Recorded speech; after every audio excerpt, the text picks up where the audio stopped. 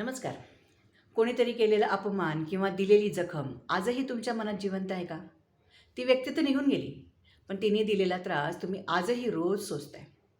तुमचं हात चक्र त्या ओझ्याखाली दबून गेलंय. चला, आज हे ओझं कायमचं उतरूया. एक कोरा कागद घ्या. त्या कागदावरती ज्या व्यक्तीवर तुमचा राग आहे, तिचं नाव लिहा आणि तिने तुम्हाला दिलेला त्रास, सर्व वेदना त्या कागदावर उतरवा. रडू येत असेल तर रडा, मन मोकळं करा आणि मग तो कागद सुरक्षितपणे जाळून टाका. जशी ती राख हवेत विरेल तसं तुम्हाला अनुभवायला येईल की तुमच्या आयुष्यातून ती नकारात्मक ऊर्जा निघून जात आहे. अजून एक उपाय करू शकता. स्वतःला एक घट्ट मिठी मारा आणि आरशात बघा आणि स्वतःला सांगा, तुला आता कोणाच्याही माफीची गरज नाही. तू युनिक आहेस. मी तुझ्यावर प्रेम करते. जेव्हा तुम्ही स्वतःला स्वीकारता ना, तेव्हा तुमचं हार्टचक्र पुन्हा एकदा आनंदाने धडकायला लागतं. हा माझा आत्मविश्वास वाढवण्याचा सर्वात सोपा आणि प्रभावी मार्ग आहे.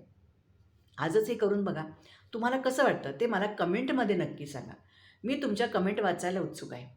आणि आपल्या मनाला जपण्यासाठी फॉलो करायला विसरू नका. धन्यवाद.